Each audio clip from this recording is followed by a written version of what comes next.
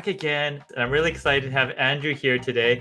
The first thing I'm curious, because it doesn't quite say on your LinkedIn profile, is how'd you get into roofing? My father, he started selling roofs when I was about 8, 9 years old. So, and at that time, my mom worked a full-time job. He sold roofs every day. So a lot of the times he would take me along to the appointments with him. I think he took me along to kind of get the sympathy card from the adjusters. My father was very successful doing that. And then he moved down to Florida to work the hurricanes. Did very well down there for several years. I grew up in Florida most of my life. Looking back, it's been a heck of a ride, but I definitely remember my mom telling me when I was younger, hey, you have to go to college so you don't end up like your dad. And here I am. I talk to people all the time, and I make a great living doing what I'm doing. I get to work with my father each and every day. My brother does consulting, so I get to socialize and talk with a lot of contractors across the nation. Without my father, none of this would be possible. And that's something I'm very grateful for.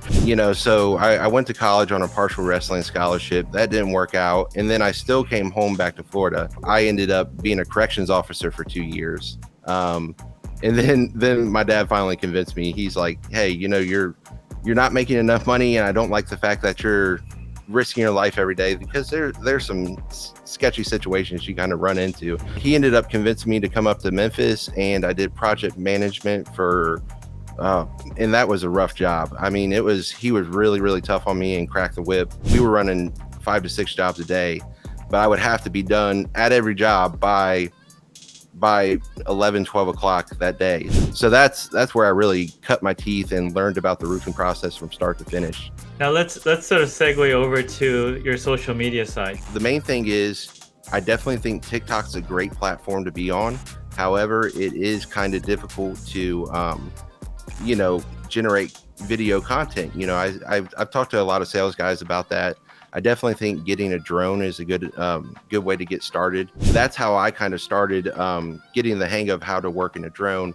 And then I transitioned into, the great thing about DJI drones is they have an app that you can do all your editing right into that app and just put it out to the world. So these drone videos that I'm doing that get in front of anywhere from 2,500 people to 150,000 people, almost 500,000 people on TikTok, they literally take me 5 to 10 minutes to put together. My thing is, I want to put out impactful content that makes an impact in a short amount of time. So you have to put content out consistently each and every day in order to get a great result especially on Instagram. On average, I get around 135,000 people I reach each and every month, and to 185,000 people. There's been a couple months where I reached over 250,000 people. So I just put it out, and they decide to call me whenever they do.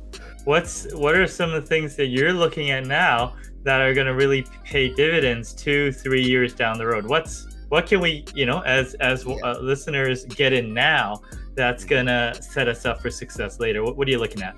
Any time that a social media platform introduces something new, you have to jump on it. You figure it out and put out content on it, because if you take a regular Instagram post and you put it out, you're probably going to get in somewhere between 900 to 2,500 people, depending on how well the people engage with it.